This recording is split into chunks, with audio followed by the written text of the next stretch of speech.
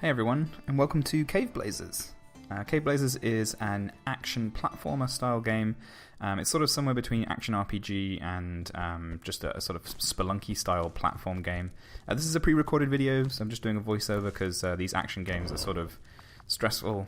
This is me just sampling my hats. You can outfit yourself in different clothes. I'm dressed up to look like a wizard. This has absolutely no bearing on anything really,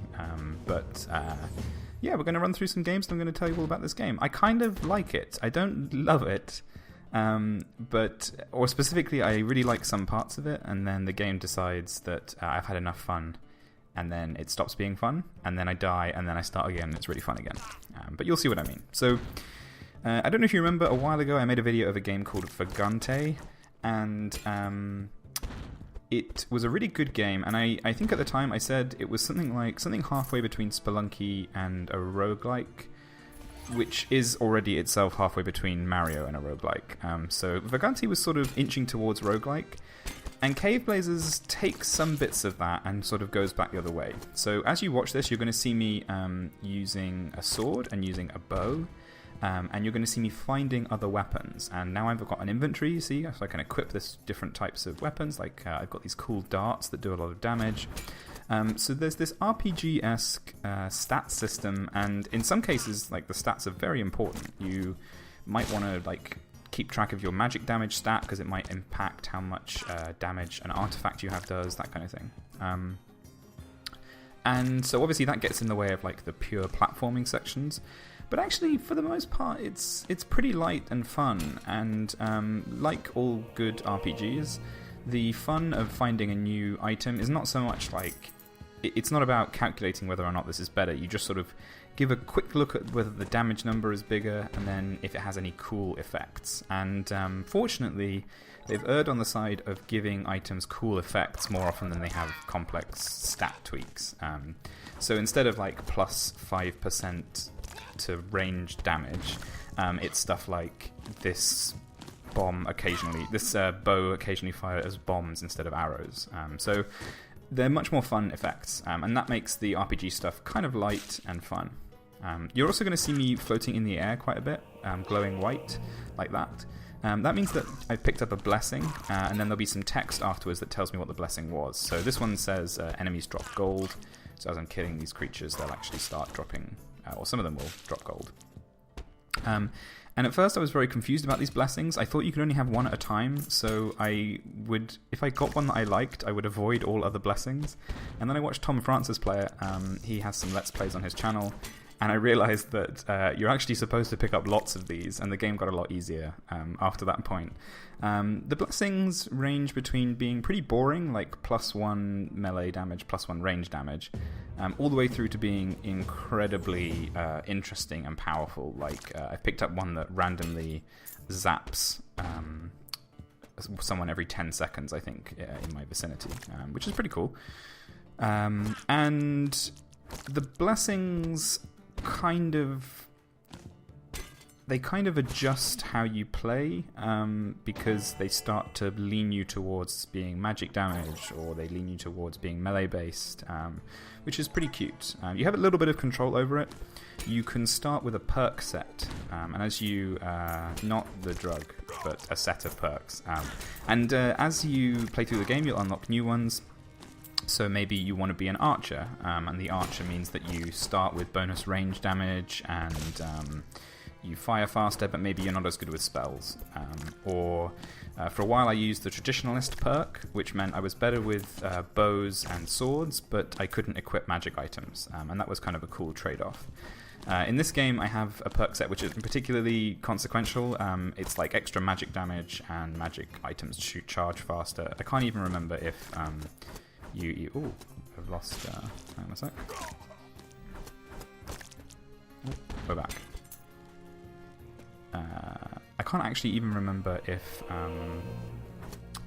it even comes into play, but some of the perk sets are interesting, and they effectively allow you to start off in a slightly specialized fashion, whereas a lot of games, a lot of sort of roguelite games like Vagante and a lot of games like Spelunky, you always start off as the same person. So it's kind of nice that you can slightly customize what you do, I guess.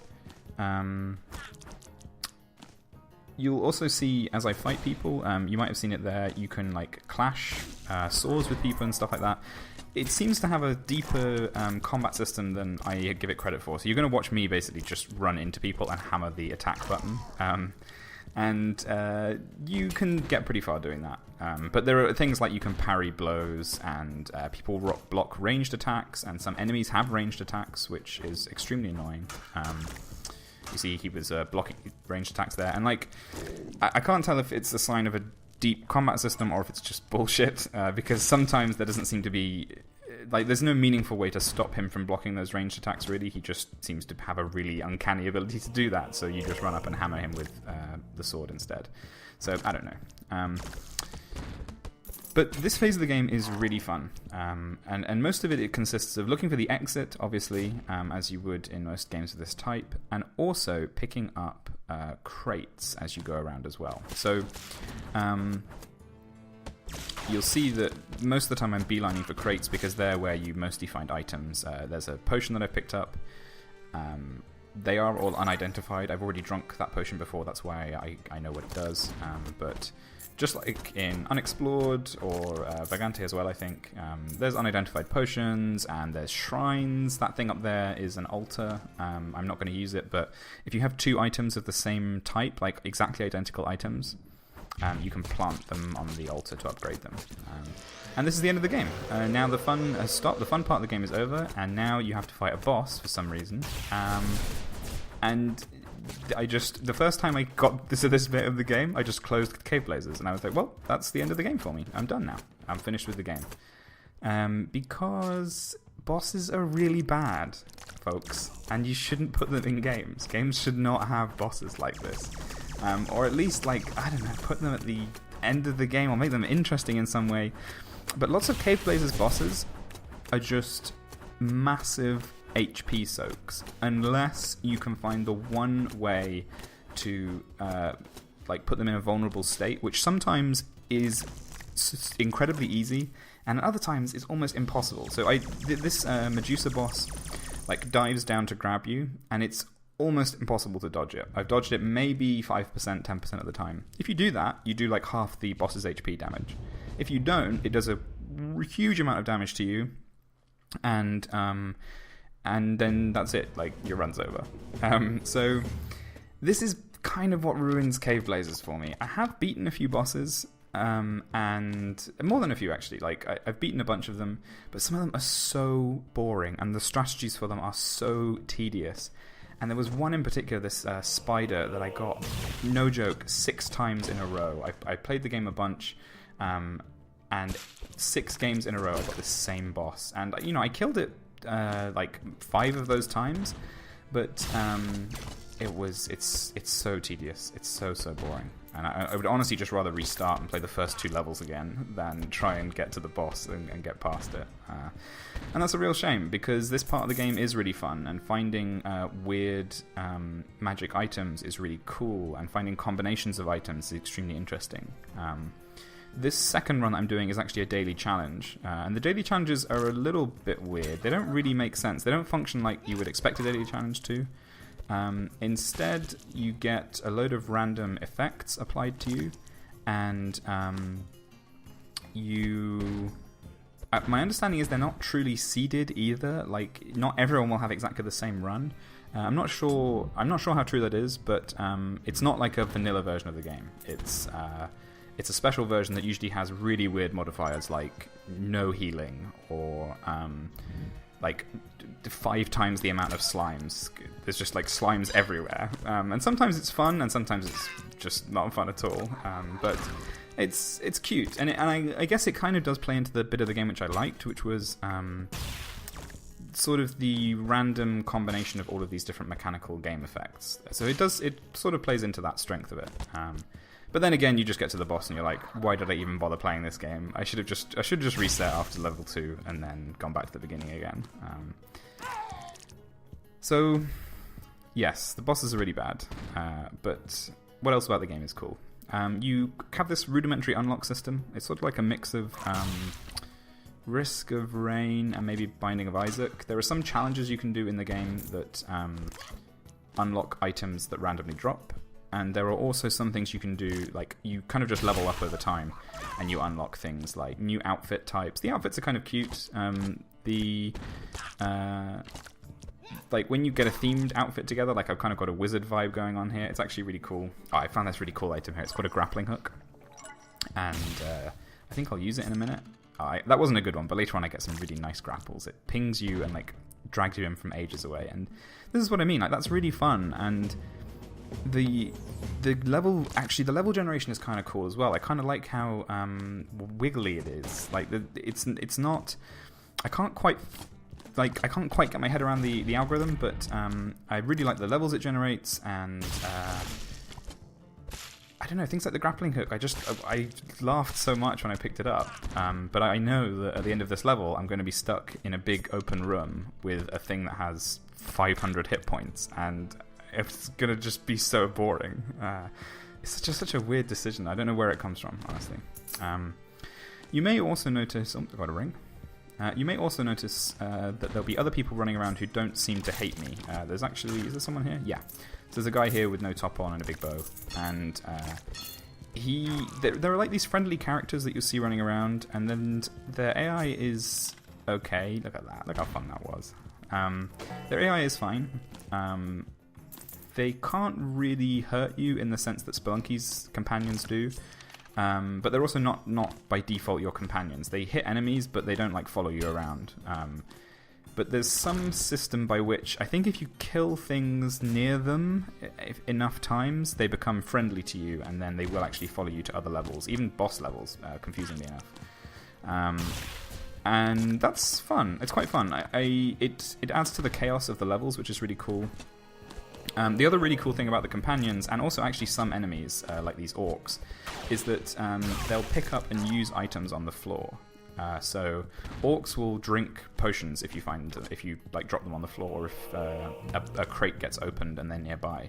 And they'll pick up items. I don't know if they equip items, but they will pick them up and carry them.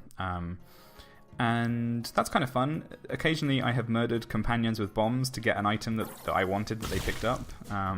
It's also fun to have like 5 HP left and see a health potion drop, and then a little orc picks it and runs off, and you have to sort of chase him through this room full of bats in order to get the potion. So again, like lots of fun, lots of stupid physics situations, lots of ridiculous scenarios that you can get into.